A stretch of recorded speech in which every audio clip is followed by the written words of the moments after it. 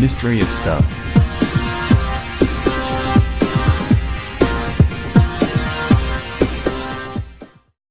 Coffin of young girl found beneath San Francisco home.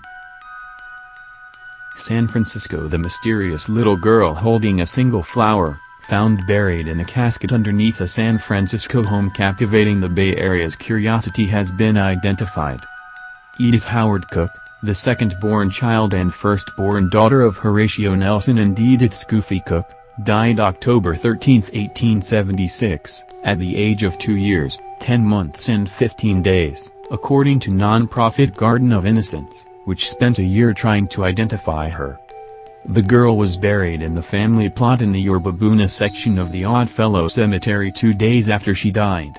That year, Ulysses S. Grant was president and San Franciscans had their first opportunity to ride the Transcontinental Express to New York in under 4 days.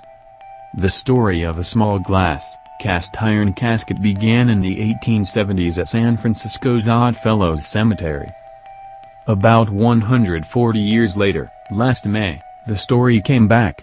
A construction crew at a home on Rossi Street near the University of San Francisco found the sealed casket. Inside they found a little girl with long blonde hair, wearing a long white lace dress. She had a cross made of flowers on her chest and she was nicknamed Miranda Eve. Now we know that her real name is Edith Howard Cook. Elisa Davie, a genealogist and founder of the Garden of Innocence project, reburied the little girl in Colma last year. Davie says she was also determined to discover the real story of the girl, including the date of her death. Who is she? Her name was Edith Howard Cook, the second-born child and first-born daughter of Horatio Nelson and Edith Cook. She died on October 13, 1876, at age of 2 years, 10 months and 15 days, and was buried in family plot in the Yerba Buena section of the Oddfellows Cemetery on October 15, 1876. Funeral home records indicate the cause of death was marasmus.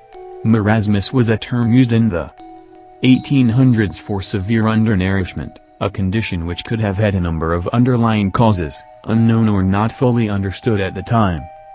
Given what is known today about late 1800s urban living, an infectious disease is the most likely cause of her marasmus. A contractor doing remodeling work on the residence of John and Erica Carner in the Lone Mountain neighborhood of San Francisco uncovered the casket while excavating a section of their backyard. The medical examiner was notified and, after opening the casket, determined that further disposition of casket and the young girl inside was the responsibility of the Carners. The casket was made of metal, 37 inches in length, with 2 viewing windows in the lid. It was tightly sealed, thus preserving the body of the young girl it held. What happened after she was discovered? Through the Office of the Public Administrator, the Carners were put in touch with Elisa Davie, founder of the Garden of Innocence, who arranged to take custody of the young girl. She then arranged for transportation and care of her in her original casket until reburial could be arranged. A new casket was built, into which the original casket was placed. The young girl, nicknamed Miranda Eve, was reburied at Green Lawn Memorial Park in Colma, California, on June 4, 2016, at a service attended by about 140 people. Another memorial will be held June 10 to honor Edith by holding a ceremony while knowing her true identity. Memorial service to be held on June 10, 2017. Green Lawn Memorial Park, 1100 El Camino Real in Colma. The memorial service will begin at 11 a.m. It will be open to the public. Find more details on the ceremony's location here. How did she get the name Miranda Eve? The public administrator provided the name Eve. The Carners' 2 young daughters chose the name Miranda. How did Edith end up buried in the Carners' backyard? She was buried there, before it was a backyard, of course. All the residences in that neighborhood were built on the former site of a cemetery, owned and operated by the Independent Order of Oddfellows. The cemetery accepted burials from 1865 until about 1902. The interred were exhumed in the early 1930s and transferred to Green Lawn Cemetery in Colma, California for unknown reasons. Edith, Miranda was left behind. How was Miranda Eve ID'd as Edith Cook? The research effort was complex, consisting of 4 general phases which often overlapped. A successful completion of each was needed to obtain a 100% positive identification. Phase 1, determining which part of the vacated cemetery corresponded to the coroner's residence. A map or diagram of the cemetery as it existed when burials ceased was sought initially. None was found. A scalable plan for the development of the cemetery, dating to 1865, was discovered at the Bancroft Library at the University of California, Berkeley. Using that as a base, researchers initially identified 2 sections of the cemetery most likely corresponding to the location of the residence.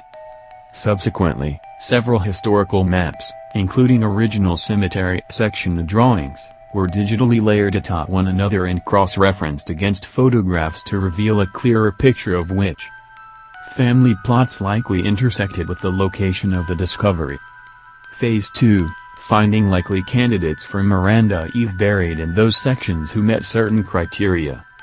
Examinations of Miranda Eve before reburial suggest a child aged 2 to 4 years at death. DNA preserved in her hair showed she was female. Coffin style indicates burial about 140 to 150 years ago. Any potential candidate had to qualify on all 3 counts. Investigators determined her ornate casket was bought at Engray & Company Undertakers in San Francisco, which was the sole agent for an East Coast company that made those types of coffins that promised in advertisements to be a perfect protection from water and vermin. The big break in solving the girl's identity was finding a map of the old cemetery at the Bancroft Library at UC Berkeley. Using the map, researchers focused on 2 sections of the cemetery based on the location of the house where the casket was found. Investigators used other maps and digitally layered them to narrow it down further. The girl was apparently left behind when the other 26,000 remains from the Oddfellows Cemetery in the Richmond district were moved to Colma's Green Lawn Memorial Park around 1920. With her ornate casket and approximate age, researchers focused on child interments in those 2 sections of the cemetery, logging more than 1,000 hours of research, Garden of Innocence said, and found 2 possible candidates. Living relatives were found for both children and DNA samples collected, but only one matched. The DNA of Peter Cook, a Marin County resident, matched a hair sample from Edith, whose remains were well preserved in the intricate casket. Cook is Edith's grandnephew. He was not available for comment Tuesday. Garden of Innocence provided a headstone and memorial service for Edith, when she was still known as Miranda Eve, last June in Colma. They left one side blank in case they could eventually identify her. The group now plans to etch her real name and information into the stone and hold another memorial service June 10 at Colma's Green Lawn Memorial Park at 11 a.m. The ceremony will be open to the public. The group of researchers involved in this project now plan to work on identifying the remains of 3 other individuals found on the former Oddfellows Cemetery, including the remains of a child found by construction workers in 2000.